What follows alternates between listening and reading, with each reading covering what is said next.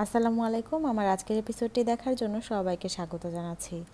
আজ আমি আপনাদের সাথে শেয়ার করছি খুবই সহজ একটা জিলাপির রেসিপি। আশা করছি ভিডিওটা আপনাদের কাছে ভালো লাগবে। ভালো লাগলে লাইক, কমেন্ট, শেয়ার করবেন আর আমাকে সাপোর্ট করার জন্য আমার চ্যানেলটা সাবস্ক্রাইব করে রাখবেন।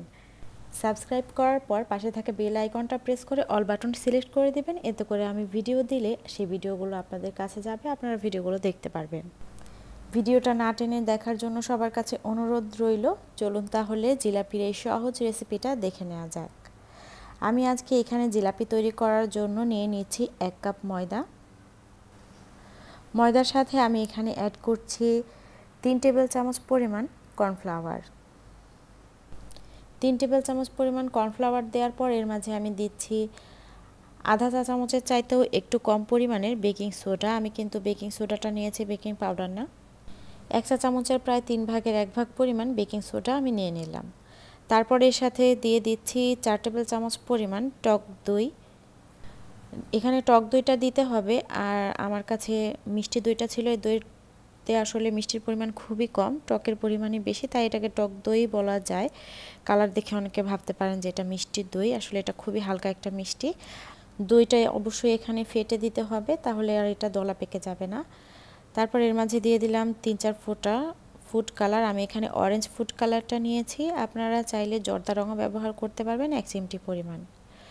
তারপর এখানে আমি ময়দার প্রায় সম পরিমাণ পানি নিয়েছি। ময়দা 1 কাপ, পানি আমি এখানে নিয়েছি প্রায় 1.25 কাপের মতো।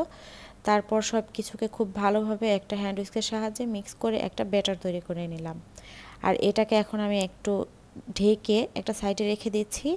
আমি এখানে র্যাপিং পেপার দিয়ে ঢেকে রেখেছি, আপনারা চাইলে ঢাকনা বা যে কোনো পাত্র দিয়ে ঢেকে রেখে দিলেই হবে। এখন আমি এটাকে 15 মিনিট রেস্টে রেখে দিচ্ছি। আর এর মাঝে তৈরি করে নিচ্ছি আমি জিলাপির জন্য শিরা তৈরি করার জন্য আমি এখানে নিচ্ছি 3 কাপ পরিমাণ চিনি, আর চিনির অর্ধেক পরিমাণ নিতে হবে পানি, অর্থাৎ 1.5 কাপ পরিমাণ আমি পানি নিয়ে নিচ্ছি চিনির শিরা তৈরি করার জন্য। এই চিনির শিরাটা যাতে ঠান্ডা হওয়ার পর আবারও জমাট বেঁধে না যায়, এজন্য এর সাথে আমি দিয়ে দিচ্ছি 1 চা চামচ পরিমাণ লেবুর রস। আর সুন্দর একটা ফ্লেভার আনার জন্য আমি এর মাঝে দিচ্ছি 5-6টা সবুজ এলাচ। এলাচটা আমি একটু মাথা খুলে দিয়েছি, এতে করে এর সুন্দর ঘ্রাণটা বের হয়ে আসবে। এখন আমি এটা চুলায় বসিয়ে একটু নেড়েচেড়ে দিচ্ছি মিডিয়াম আঁচে, আর অপেক্ষা করছি চিনিটা গলে যাওয়া পর্যন্ত। চিনিটা গলে যাওয়ার পরেও এটাকে মিনিট খানেকের মতো জাল করে খুব ভালোভাবে ফুটিয়ে নিতে হবে। মিনিট খানেক এই শিরাটাকে ফুটিয়ে নেওয়ার পর এটাকে চুলা থেকে নামিয়ে হালকা ঠান্ডা করে নিতে হবে, অর্থাৎ কুসুম গরম অবস্থায় শিরার মাঝে জিলাপি দিতে হবে। এই ফুটন্ত গরম শিরার মাঝে কিন্তু জিলাপি দেওয়া যাবে না। এখন শিরাটা চুলা থেকে নামিয়ে ঠান্ডা হতে দিয়ে আমি চুলায় একটা প্যান বসিয়ে তাতে পর্যাপ্ত পরিমাণ তেল দিয়ে দিচ্ছি জিলাপি ভেজে নেওয়ার জন্য। এখানে তেলের সাথে 2-3 টেবিল চামচ পরিমাণ ঘি নিতে হবে। আমি ঘিয়ের অংশটা নিয়েছি, যদিও এখানে ভিডিওতে আসেনি, আমি দুঃখিত সেজন্য। তেলটা মিডিয়াম আঁচে চুলায় গরম হতে দিয়ে আমি এখন ব্যাটারটাকে একটা পাইপিং ব্যাগের মধ্যে ঢেলে নিচ্ছি। আপনাদের হাতের কাছে পাইপিং ব্যাগ না থাকলে আপনারা মজবুত কোনো পলি ব্যাগ ব্যবহার করতে পারেন, অথবা বোতলের মুখখাতে একটা ছিদ্র করে সেটার মাঝে এই ব্যাটারটা ভরে তারপরে জিলাপি দিতে পারেন। আবার সসের বোতলও ব্যবহার করতে পারেন। এখন যে যেরকম মোটা জিলাপি করতে চান বা চিকন করতে চান সেরকম করে পাইপিং ব্যাগের মুখটাকে কেটে নিতে হবে। আমি তেলটা মোটামুটি ভালোভাবে গরম করে নিয়ে তারপর জিলাপিগুলো দিয়ে দিচ্ছি। আসলে জিলাপি দেওয়া কিন্তু খুবই ইজি, এটা একটা প্র্যাকটিসের ব্যাপার। দিতে দিতেই খুব ভালো করে যে কেউই দিতে পারবে। আর তেলটাকে কিন্তু অবশ্যই মিডিয়াম গরম করে নিতে হবে। এটাকে অনেক বেশি গরম করলে কিন্তু জিলাপি দেওয়া যাবে না, প্যাঁচ দেওয়া যাবে না, দেওয়ার সাথে সাথে উপরের দিকে ভেসে উঠবে, এটা প্যাঁচটা সুন্দর করে দেওয়া যাবে না। তাই তেলটাকে মিডিয়াম গরম করে নিতে হবে, আর জিলাপিগুলোকে উল্টে পাল্টে ভেজে নিতে হবে যতক্ষণ না পর্যন্ত জিলাপিটা মোচমোচে হয়ে যায়।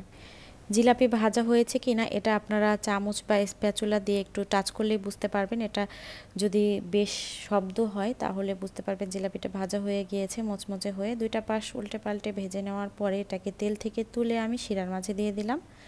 আর শিরার মাঝে আমি খুব বেশি সময় রাখছি না, 3-4 সেকেন্ড করে রেখে তারপরে আবার তুলে নিচ্ছি। তুলে আমি অন্য একটা পাত্রের মাঝে রেখে দিচ্ছি। সেম একইভাবে ফলো করে আমি সব জিলাপিগুলোকে ভেজে নিচ্ছি। তেল যদি খুব বেশি গরম হয়ে যায় তাহলে কিন্তু চুলার আঁচটা কিছুক্ষণ বন্ধ করে রেখে আবারও জ্বালিয়ে তারপরে জিলাপিগুলো ভেজে নেবেন, না হলে কিন্তু জিলাপির প্যাঁচ আপনারা খুব ভালোভাবে দিতে পারবেন না। সব জিলাপিগুলোকে তেল থেকে তুলে এভাবে শিরার মাঝে একটু ডুবিয়ে তারপর আবার তুলে নিচ্ছি আমি সাথে সাথেই। সব জিলাপিগুলো একইভাবে ভেজে নিয়েছি।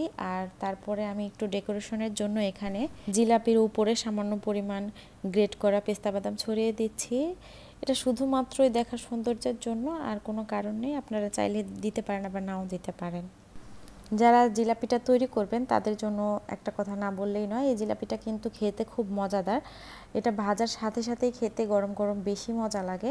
এটা ঠান্ডা হলে কিন্তু একটু নরম হয়ে যায়। যারা অনেক বেশি মুচমুচে জিলাপি খেতে পছন্দ করেন তারা এটা বানিয়ে সাথে সাথে খেয়ে নেবেন। আর যদি একটু নরম জিলাপিও আপনাদের কাছে ভালো লাগে তাহলে বেশি করে বানিয়ে রেখে দিতে পারেন।